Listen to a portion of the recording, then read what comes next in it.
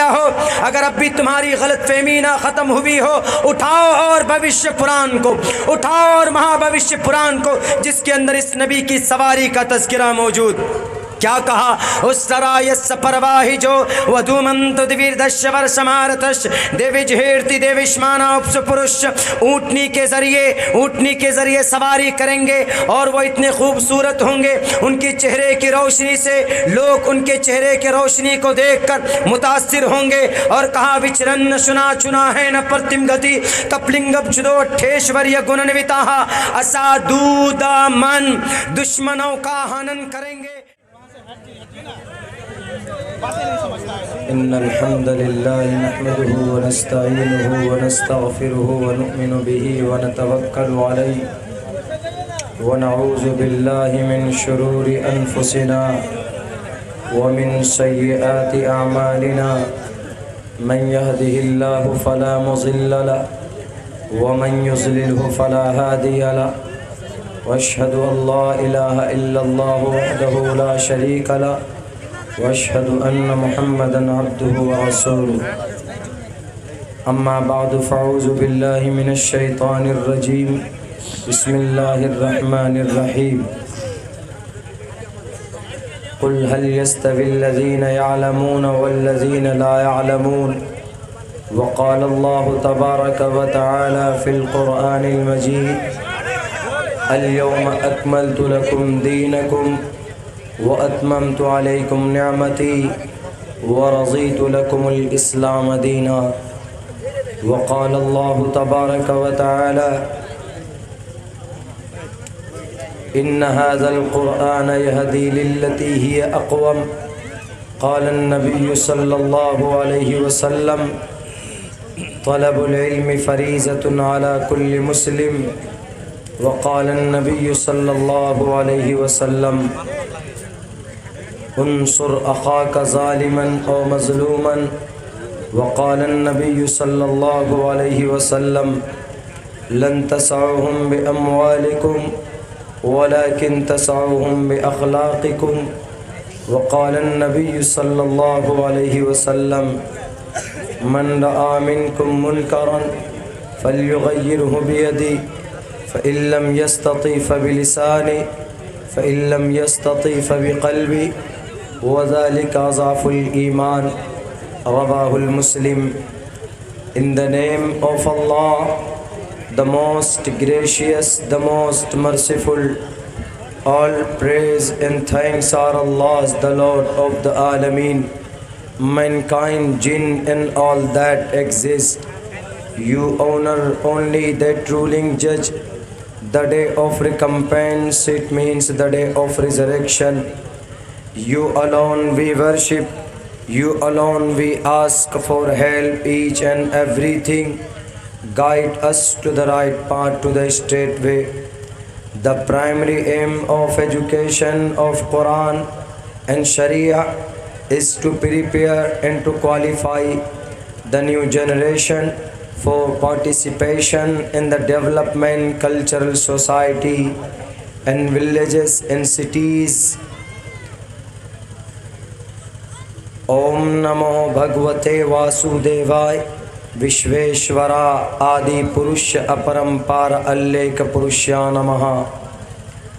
Narashan Samvajinam Vajanni Shaidiram Pushanam Sanmairim He Ratham na Durgadavasava Sudanavo Vishwasammano Ahanso Nishpiparta Nakiras Parvinanti Vartani Adabdhani Varunas Savartani Asmallam Hutwa Allo Surya Sarva Nakshatra।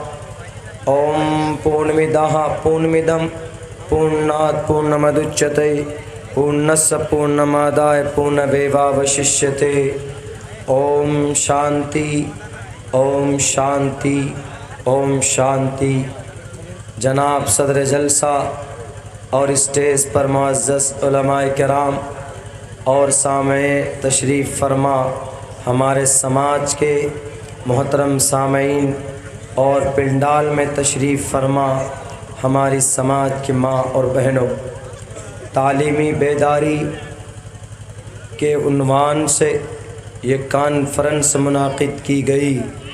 بہت پہلے یہ تاریخ طے کی گئی تھی آپ کے اس جلسے کی، آپ کے اس عنوان پر اس پروگرام کو منعقد کرنے کے لیے اراکین جلسہ کا اور ہمارے نوجوانوں کا کافی محنت اور انتھک کوشش کے بعد انہوں نے ایک خوبصورت سا پروگرام منعقد کیا۔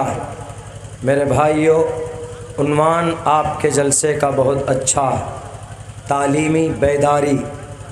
یہ ایک ایسا عنوان ہے، اس پر صرف جلسہ یا کانفرنس نہیں ہونا چاہیے، بلکہ اور 2 قدم آگے بڑھ کر ہمیں اس عنوان پر تحریک قائم کرنی چاہیے، کیونکہ یہ ایک ایسا عنوان اور ٹاپک ہے کہ ہم کسی بھی باطل کا، کسی بھی فرقہ پرست طاقت کا ہم تیر تلوار سے، پروٹیسٹ احتجاج کے ذریعے سے ہم ان کا مقابلہ تو نہیں کر سکتے، مگر یہ ایجوکیشن کا، تعلیم کا ایک ایسا میدان ہے، ایک ایسا ہتھیار ہے کہ ہم اس تعلیم کے ذریعے سے بہت آسانی سے، بہت ہی آسانی سے ہم باطل طاقت کا ہم مقابلہ کر سکتے، ہم اپنے حق حقوق کو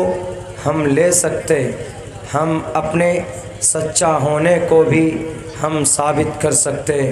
مثال کے طور پر آپ مسلمان، آپ اسلام مذہب کو فالو کرتے، آپ کا اعتماد، آپ کا وشواس، آپ کا یقین ایک اللہ کی ذات پر ہے، اور آپ جس کتاب کو مانتے ہیں، جس کتاب کے مطابق آپ اپنی زندگی گزارنے کی کوشش کرتے ہیں، وہ ہے قرآن پاک، وہ ہے احادیث رسول، مگر دوسروں کو کیسے بتائیں گے کہ یہ بہتر کتاب ہے؟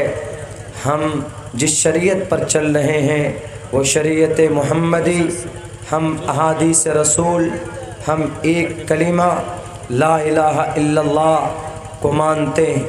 آپ کے اندر جب تک جانکاری نہیں ہوگی، جب تک آپ اپنے قرآن کو نہیں جانیں گے، اپنی شریعت کو نہیں پہچانیں گے، تو you are that time helpless, you can explain about your Quran and Sharia in front of any disbeliever, any pagans, any mushrik person۔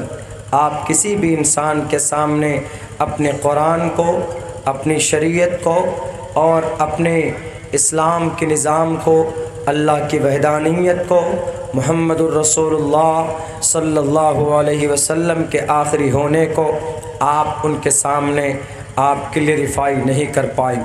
اسی لیے یہ تعلیمی بیداری اتنا اچھا عنوان اور اتنا اچھا پلیٹ فارم کہ آپ کے بیچ آپ قرآن کے تعلق سے، شریعت کے تعلق سے کسی بھی فیلڈ میں جب تک آپ کے پاس اس فیلڈ کا جانکاری آپ کو نہیں ہے تو آپ کچھ بھی کسی کو نہیں بتا پائیں۔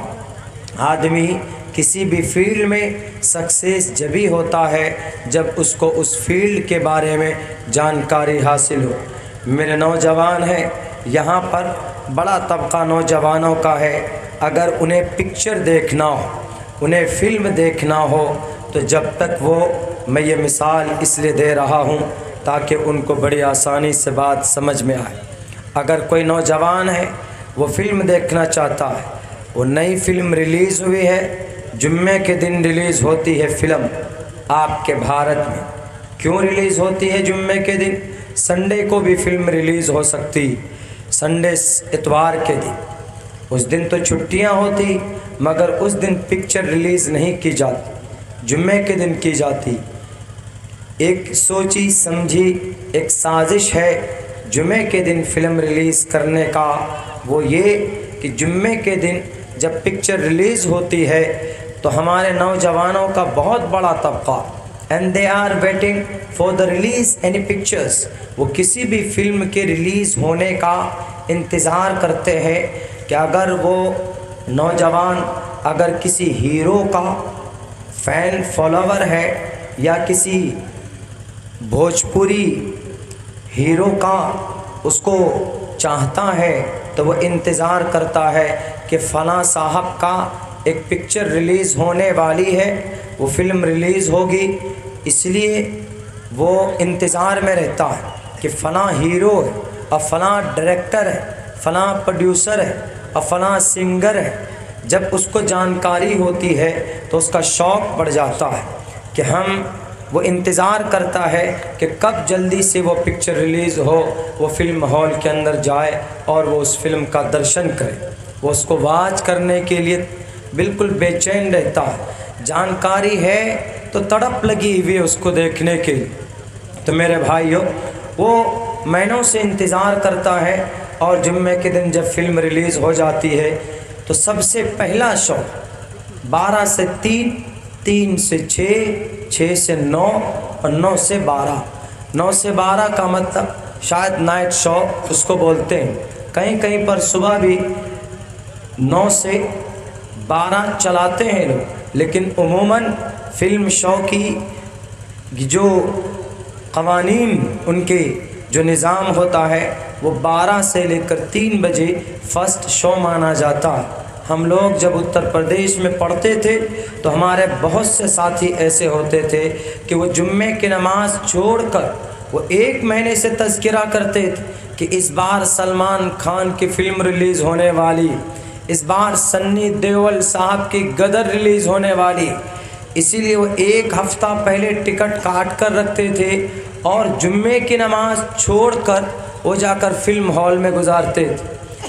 جمعے کی نماز سے مسلمانوں کو کاٹنے کے لیے، الگ کرنے کے لیے جمعے کے دن پکچر ریلیز کی جاتی تاکہ مسلمانوں کا ایک بڑا طبقہ جمعے کی نماز سے محروم ہو جائے۔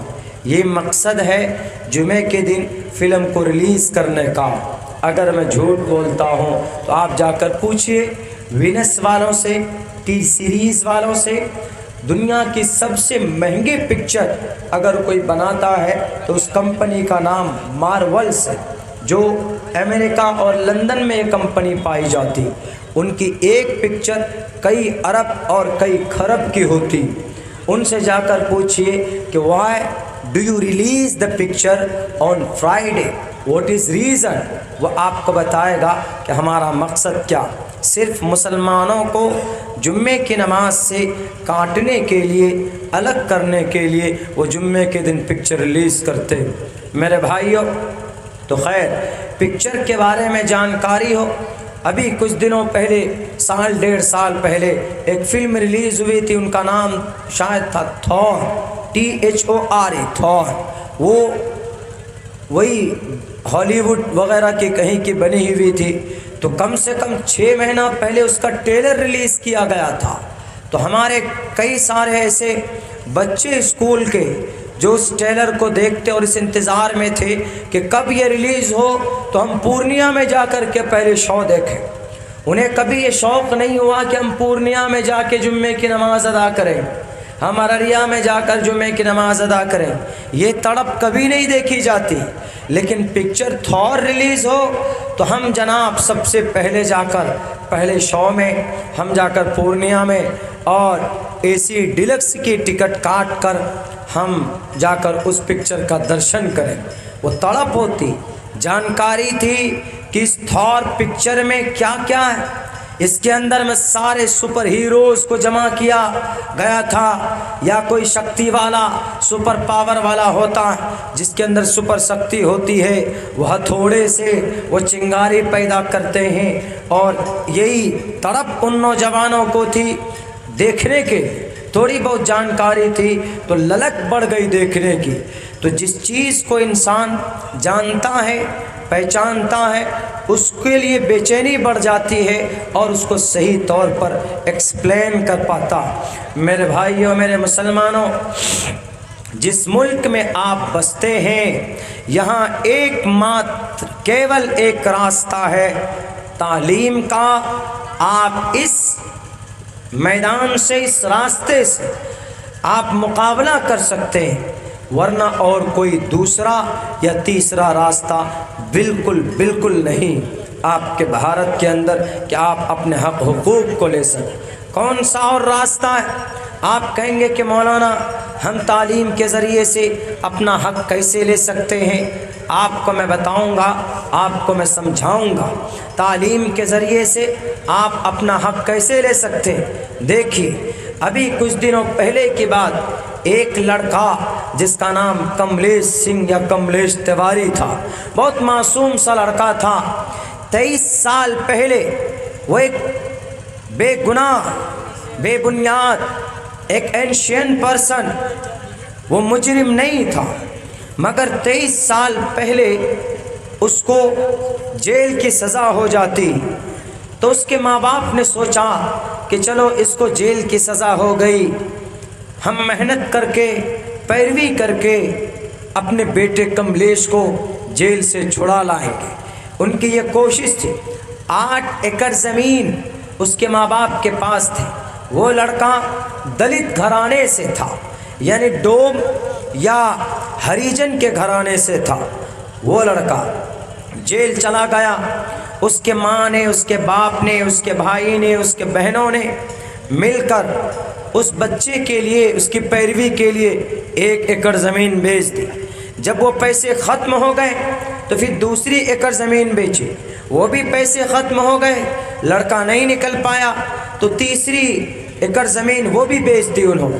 4 ایکڑ، 5 ایکڑ، 6 ایکڑ، 7 ایکڑ زمین انہوں نے بیچ دیا اپنے بیٹے کو انصاف دلانے کے لیے، ان کو جیل سے رہا کرنے کے لیے۔ میرے بھائیوں، آج 7 ایکڑ زمین بیچنے کے بعد اس کا لڑکا جیل سے نہیں نکل پایا۔ آخر میں اس کے ماں باپ مایوس ہو گئے، ڈپریشن کا شکار ہو گئے۔ اب وہ آہستہ آہستہ صرف بھگوان سے امید لگا بیٹھے کہ کوئی چمتکار ہو، ہمارا بیٹا جیل سے نکلے۔ اس امید میں اس کی ماں کا انتقال ہو جاتا ہے، کچھ دنوں کے بعد اس کے باپ کا بھی انتقال ہو جاتا ہے، پھر کچھ دنوں کے بعد اس کے بڑے بھائی کا انتقال ہو جاتا ہے، پھر اس کے چھوٹے بھائی کا انتقال ہو جاتا ہے، کچھ دنوں کے بعد اس کی 2 بہنوں کا انتقال ہو جاتا ہے۔ اس کے گھر میں مات صرف اس کا ایک بھائی بچتا ہے جو دماغی اعتبار سے ہاف مائنڈ کا ہوتا ہے۔ مگر یہ لڑکا جیل میں بند ہے۔ اس نے سوچا کہ مجھے کسی نہ کسی دن انصاف مجھے مل جائے گا اور میں اس جیل کے قید خانے سے باہر نکل جاؤں گا۔ آپ کو یقین نہیں ہوگا، عمر قید کی سزا سنائی گئی، 20 سال کی سزا اس کو ہو گئی۔ 20 سال پورا ہونے میں جب 6 مہینہ باقی تھا تو کسی سرکاری وکیل نے اس کا فائل جب چیک کیا، دیکھا کہ یہ کملیش نام کا لڑکا 23 سال کی عمر میں اس بچے کو جیل ہوئی تھی۔ وہ ہریجن اور اس دلت کے بچے کو SC/ST ایکٹ کے تحت کسی لڑکی کے ریپ کے جرم میں اس کو جیل بھیجا گیا تھا۔ میرے بھائیوں، جب 6 مہینہ باقی رہتا ہے 20 سال پورے ہونے میں، یعنی اس کی عمر اب ہو جاتی ہے 43 سال۔ 6 مہینے کے بعد اس کی عمر 43 سال ہو جاتی۔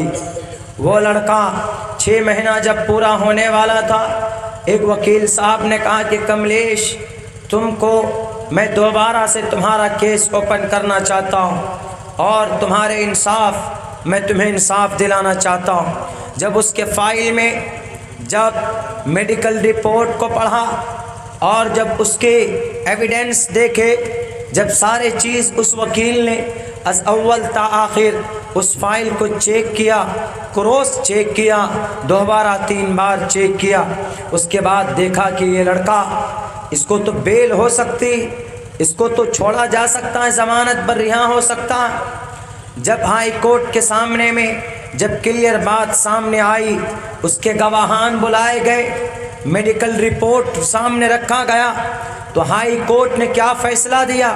ہائی کورٹ نے کہا اے کملیش، آج یہ ہائی کورٹ، آج بھارت کی جوڈیشری آج شرمندہ ہے۔ جو غلطی ہو گئی جوڈیشری سے، جو غلطی ہوئی کورٹ سے، جو غلطی ہوئی ججز سے، ہم آج ان کی طرف سے معافی مانگتے ہیں۔ تو کملیش نے پوچھا کہ آخر کیا غلطی ہو گئی؟ مجھے جو 20 سال کی سزا دی گئی، کیوں معافی مانگ رہے ہیں جج لوگ؟ اور ہائی کورٹ کیوں معافی مانگ رہا؟ وکیل لوگ کیوں ہم سے معافی مانگ رہے ہیں؟ What is reason? وجہ کیا ہے؟ میں جاننا چاہتا ہوں۔ I want know about that. ہم اس کے بارے میں جاننا چاہتا ہوں۔ Please tell me what was happening around us, around me. میرے پیٹھ پیچھے کیا کیا چل رہا تھا، مجھے ذرا بتاؤ۔ تو پتہ ہائی کورٹ نے کیا کہا؟ ہائی کورٹ نے کہا کہ کملیش، تمہیں جس گناہ کی سزا دی جا رہی تھی، جس جرم میں تمہیں جیل میں ڈالا گیا، 20 سال کے لیے عمر قید کی تمہیں جو سزا سنائی گئی، حقیقت میں تم نے یہ گناہ کیا ہی نہیں تھا، تم تو بالکل معصوم تھے، گناہ تو کسی اور نے کیا تھا، مجرم کوئی اور تھا، لیکن اپنی شاطرانہ چال کی وجہ سے تم معصوم کو پھنسا دیا گیا، اور جو مجرم تھا وہ آج بھی باہر گھوم رہا۔ میرے بھائیوں، تو وہ رونے لگا، وہ کہہ رہا تھا کہ سر میں جانتا ہوں اس بات، میں نے چیخ چیخ کر بھی کہی عدالت کے سامنے، اب سے 20 سال پہلے میں نے بات رکھی تھی کہ سر مجھے جیل مت بھیجیے، میں معصوم ہوں، میں نردوش ہوں، میں نے کوئی جرم نہیں کیا، میں نے کسی لڑکی کا ریپ نہیں کیا، میں تو جانتا تک نہیں ہوں اس لڑکی کو، اور میرے گھر سے اس کا یا مجھ سے اس کا کوئی ریلیٹیو ریلیشن نہیں ہے۔ آپ کال لاگ چیک کر لیجئے، آپ لنک ڈھونڈ لیجئے، اس لڑکی سے ہمارا کوئی رشتہ نہیں، مگر پھر بھی جوڈیشری نے، کورٹ نے اور کرپٹ لوگوں نے جو رشوت کی تھیلیاں دے دے کر ان کے ایمان عقیدے ضمیر بگاڑ دیے گئے، اور ان کے غلط بیانی کی وجہ سے میری پوری زندگی تباہ و برباد ہو گئی۔ میں اس بات کو جانتا ہوں، لیکن بتا دو ہائی کورٹ، کیا تمہارے غلط فیصلے کی وجہ سے میرے جو 20 سال کی زندگی تباہ ہوئی ہے، تم ان ہماری زندگی کو لا سکتے ہو؟ میرے ان ایام کو لا سکتے ہو؟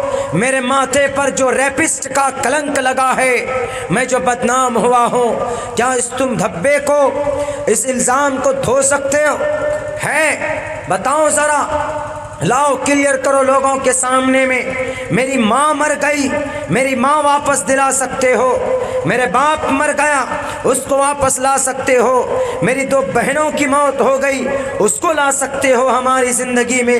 میرے 2 بھائی مر گئے، کیا ان کو لا سکتے ہو؟ میرے گھر میں صرف ایک فرد بچا، میرا بڑا بھائی جو ہاف مائنڈ، وہ بھی شاید اس لیے بچ گیا کہ وہ مکمل طور پر وہ میرے غم میں شریک نہیں ہو پایا تھا، ہاف مائنڈ کی وجہ سے۔ بتاؤ ہائی کورٹ، لوٹا سکتے ہو میرے ان دنوں کو؟ مجھے 23-20 سال پیچھے میری زندگی کی شروعات کرا سکتے ہو؟ نہیں کرا سکتے نا۔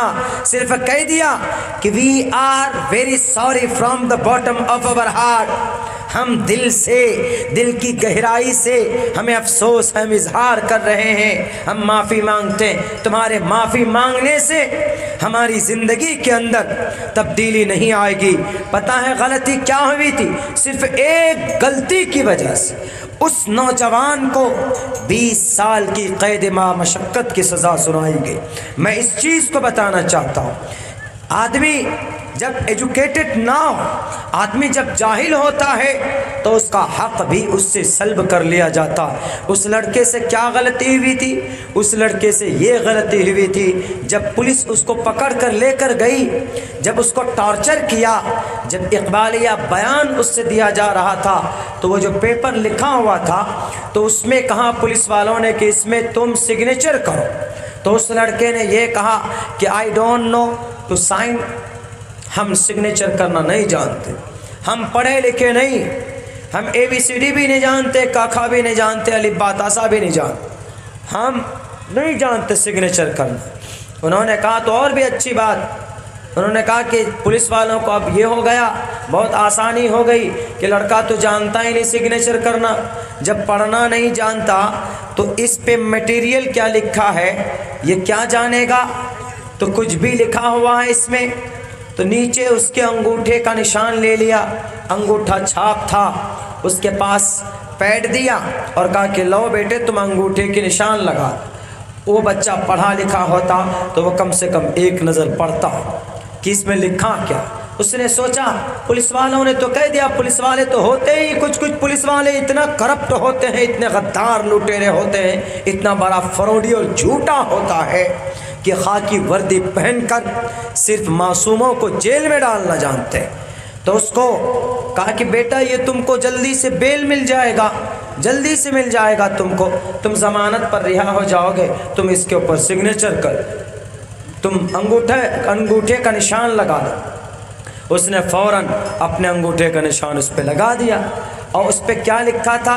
ہاں میں نے فلاں لڑکی کا فلاں ٹائم کو فلاں وقت میں شراب کے نشے میں دھت ہو کر میں نے ان کی عزت لوٹی، میں نے ان کی عزت کے ساتھ کھلواڑ کیا اور پھر میں نے اس کی ہتیا کی، میں نے یہ جو گناہ کیا ہے۔ اقبالیہ بیان تھا اس میں۔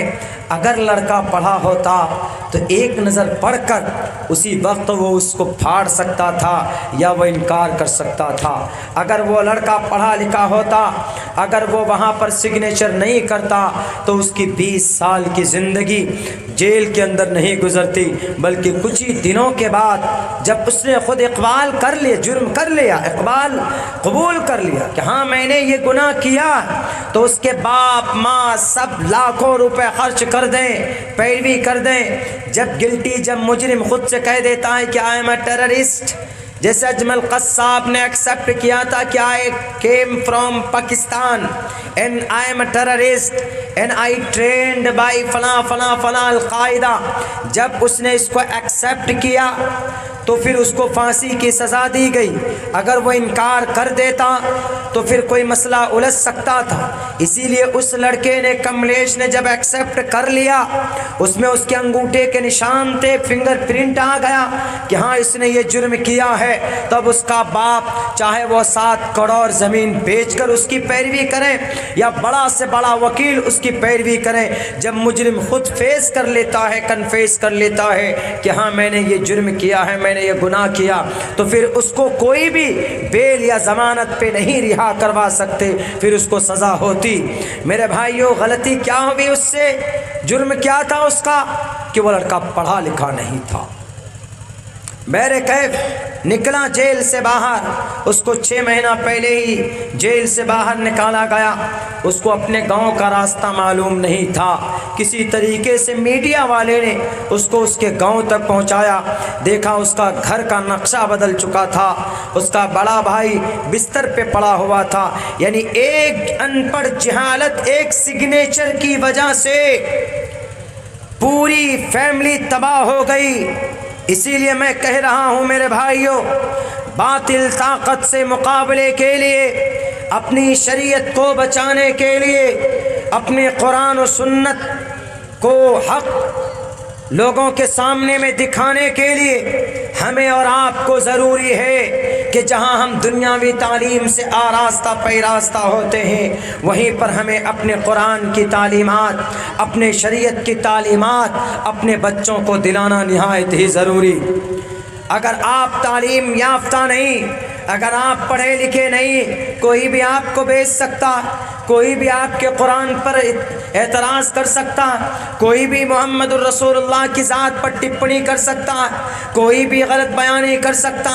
کیا ہے ابھی قریب کے زمانے میں بہت بڑے بڑے ایسے فتنہ پرست لوگ ہیں، بہت بڑے ایسے سادھو سنت ہیں جنہوں نے اعتراض کیا، ایلیگیشن لگایا محمد الرسول اللہ کی ذات پر، جہاد کے نام پر لگایا، آپ کے قرآن کریم کی آیتوں کو نکالنے کی بات کی گئی، گئی آپ کے بھارت کے اندر جو آپ کی تاریخ ہے اس کو بدنام کرنے کی، بدنام غلط طریقے سے پیش کرنے کی بات کی گئی، آپ کیسے ان کا مقابلہ کرو گے؟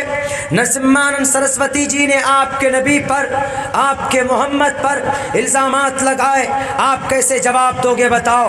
وہ تو ٹی وی کے منچ پہ بیٹھ کر، وہ تو میڈیا والوں کے سامنے بیٹھ کر یہ کانفرنس کرتا کہ بھارت کے اندر نہیں دنیا کے اندر پوری دنیا کا سب سے بڑا جہادی محمد تھے، اور انہوں نے ایسا ایسا کیا، انہوں نے اپنے جس کے یہاں نوکری کرتے تھے اس کا قتل کیا اور اس کے گھر کے اوپر قبضہ کیا اور اس کی بیوی کا دمن کیا۔ ان کا تو یہ کہنا، آپ کیسے جواب دیں گے؟ تو therefore at this time you should to educate, you will be educated، آپ کو اس وقت میں جانکار ہونا ضروری۔ اگر آپ جانکار ہیں تو آپ نرسمہانند سرسوتی جی کو کہو گے کہ سر آپ ہمارے نبی پر اعتراض مت کیجیے، ہمارے نبی کو جہادی مت بولیے، ہمارے نبی کو غلط مت کریے، ہمارے قرآن پر اعتراض مت کیجیے۔ کیوں؟ اس لیے کہ یہ قرآن یا نبی یا شریعت غلط نہیں ہے، اس میں کوئی بھی باتیں غلط نہیں لکھی گئی۔ اگر آپ کو لگتا ہے کہ غلط ہے، بولو پڑھو کہاں پر غلط لکھا ہوا، کس جگہ پر لکھا ہوا۔ دنیا کی ایسی کوئی کتاب، کوئی شریعت، کوئی نظام نہیں ہے جو باضابطہ منظم ہو، ایک ورڈ سے لے کر 3,22,000 الفاظ تک۔ دنیا میں کوئی دھرم ایسا نہیں جس کی کتاب محفوظ ہو۔ نرسمہانند سرسوتی جی، اگر آپ کو اعتراض ہے محمد الرسول اللہ پر، اگر آپ کو اعتراض ہے قرآن پر، اگر آپ کو اعتراض ہے جہاد پر، نوجوانوں کیسے جواب دو گے ان کا؟ بتاؤ آپ کیسے جواب دو گے نرسمہانند سرسوتی جی کا؟ ہم جانتے ہیں کہ نرسمہانند سرسوتی جی وہ پڑھے لکھے نہیں ہیں، انہوں نے اپنے گرنتھ کو نہیں پڑھا ہے، انہوں نے اپنے پران کو نہیں پڑھا ہے، انہوں نے اپنے ویدات کو نہیں پڑھا ہے، انہوں نے گیتا کو نہیں پڑھا ہے۔